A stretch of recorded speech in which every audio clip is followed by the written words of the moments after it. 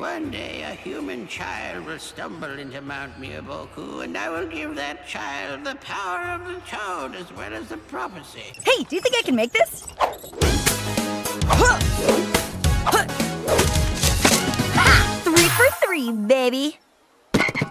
Well, I can't wait for Anne to learn Sage Mode.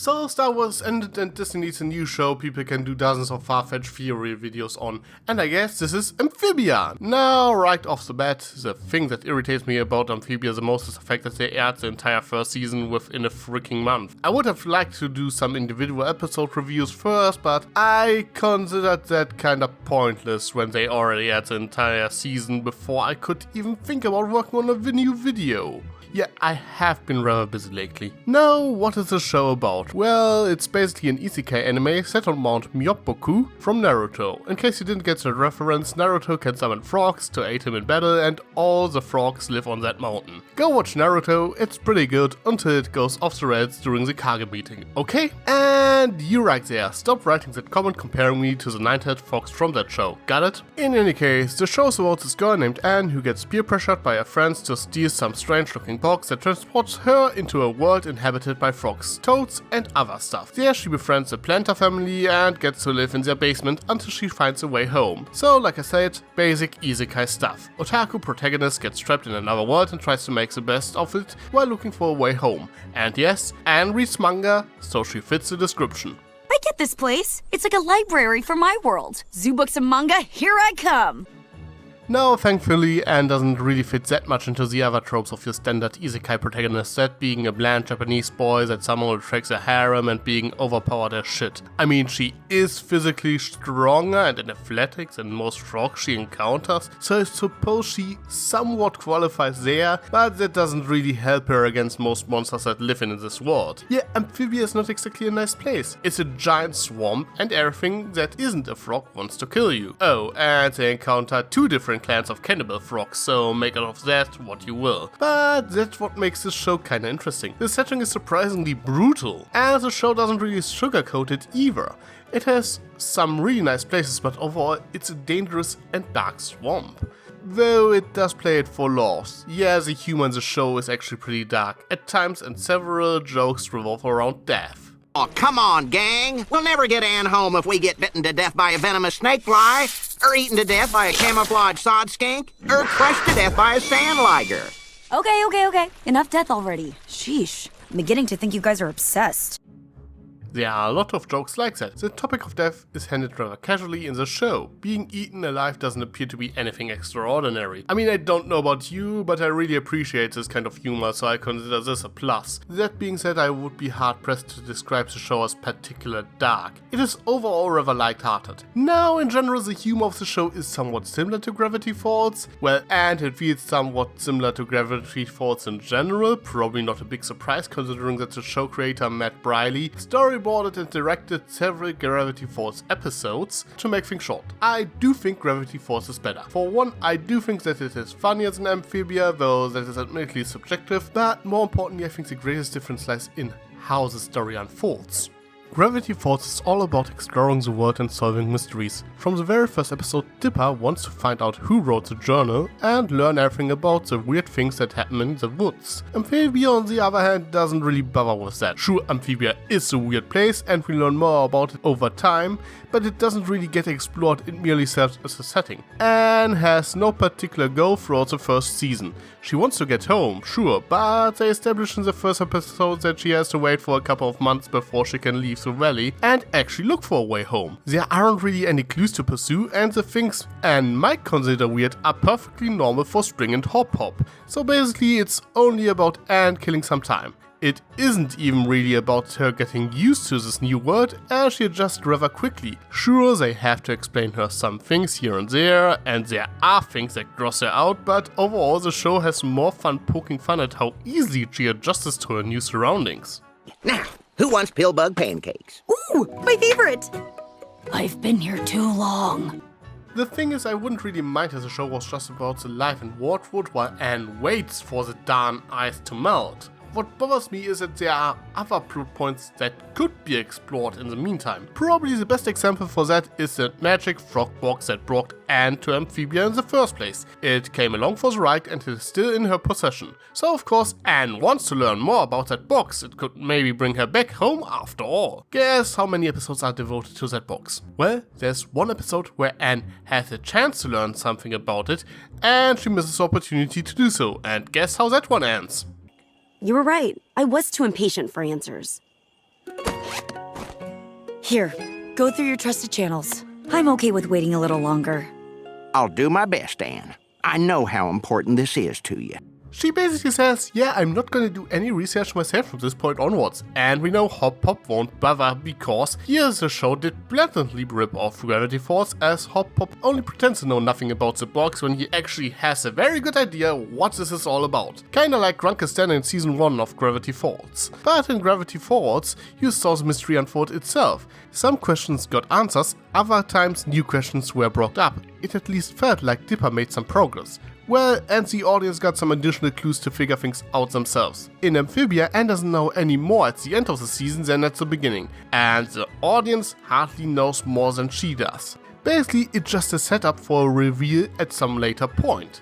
DuckTales had a similar problem in season 1. They established the whole Della Duck deal in the first episode. Then Dewey found one clue and didn't achieve anything else until he told his brothers about it, and Huey basically solves the entire thing in less than a minute. You can have the characters run into a dead end, or simply have one clue lead to another. Just make sure that it feels like something is happening. You don't have to do that every episode, just make sure that it doesn't feel like the characters are just waiting for the plot to happen. Now, that being said, there are some story arcs going on throughout the first season of Amphibia, mostly regarding Anne's life in Wardwood.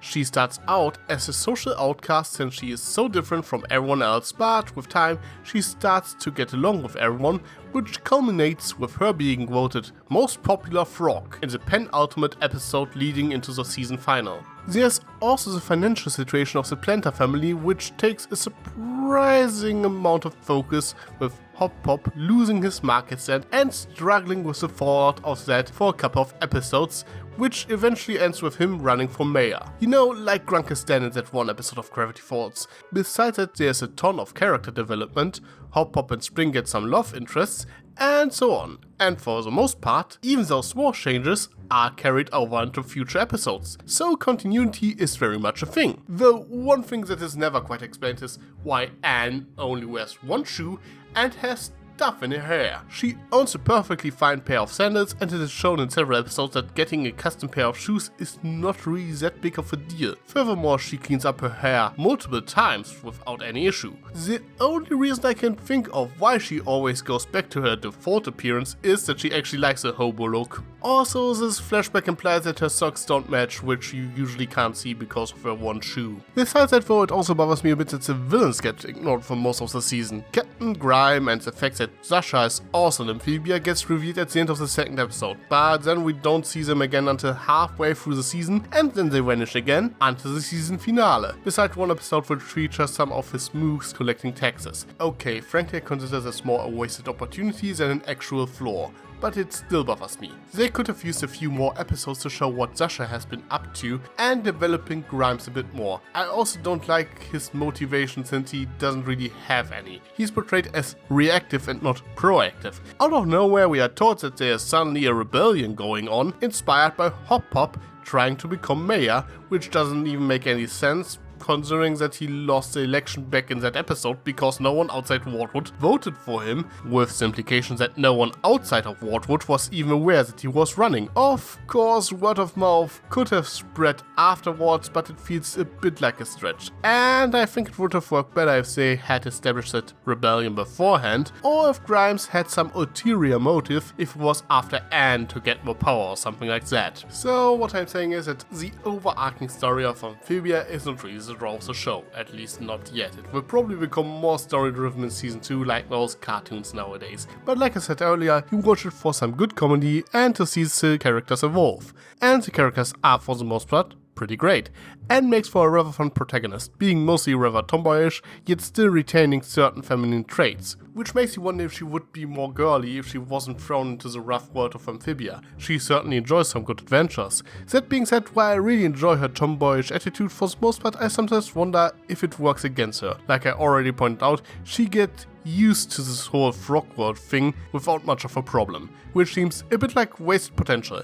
Having a more stereotypical girl character who actually has trouble adjusting to this world might either be more interesting to watch or annoying. I suppose it really depends on the execution. It just irritates me a little bit considering that she is supposed to be somewhat of an antithesis to Pacifica from Gravity Falls. Spring makes for a great sidekick, and his upbeat personality plays off and quite nicely as you actually buy that they become best buddies. Polly is just crazy and wants to murder people with big weapons, which is hilarious.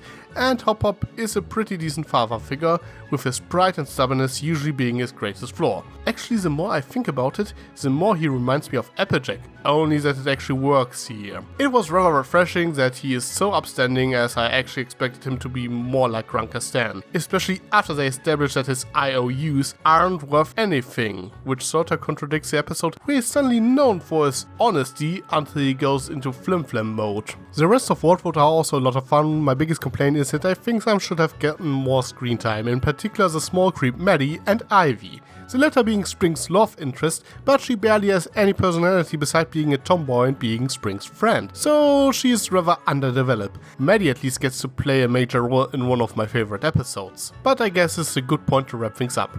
Would I recommend Amphibia? Yes, it is a fun show. I don't really see it as a second coming of Gravity Falls, and only time will tell if it becomes a new Star Wars. But I certainly see a lot of potential, and overall it seems to be, let's say, more stable than Star Wars. Of course, that's only my opinion, but while Star Wars was really amazing at its best, I also consider it rather terrible at its worst. So far, Amphibia hasn't quite reached the same heights as Star Wars, but I do like pretty much every episode. So I would say that the overall quality might be actually better, but you know, this kind of stuff is hard to measure. Generally speaking, I think the greatest weakness of Amphibia so far is that it neglected to advance a story arc in any meaningful way until the season finale, or even establish what the story arc even is beyond and looks for a way home. I don't need all my cartoons to be story driven like that. Heck, one of my favorite shows at the moment is 101 Dalmatian Street, which has no story arc to speak of. But Amphibia teases a complex story the entire time, but seemingly doesn't want to commit to it yet. I hope the show manages to sort that one out in season 2. But what about you? Did you watch Amphibia? Anything that bothered you? Any theories you have for season 2? Let me know in the comments below. I am Tricky Fox. Stay foxy. Sly as a fox, you got me under your spell. But you know I'll never tell that I know you know so well. Sometimes you can be too smart for your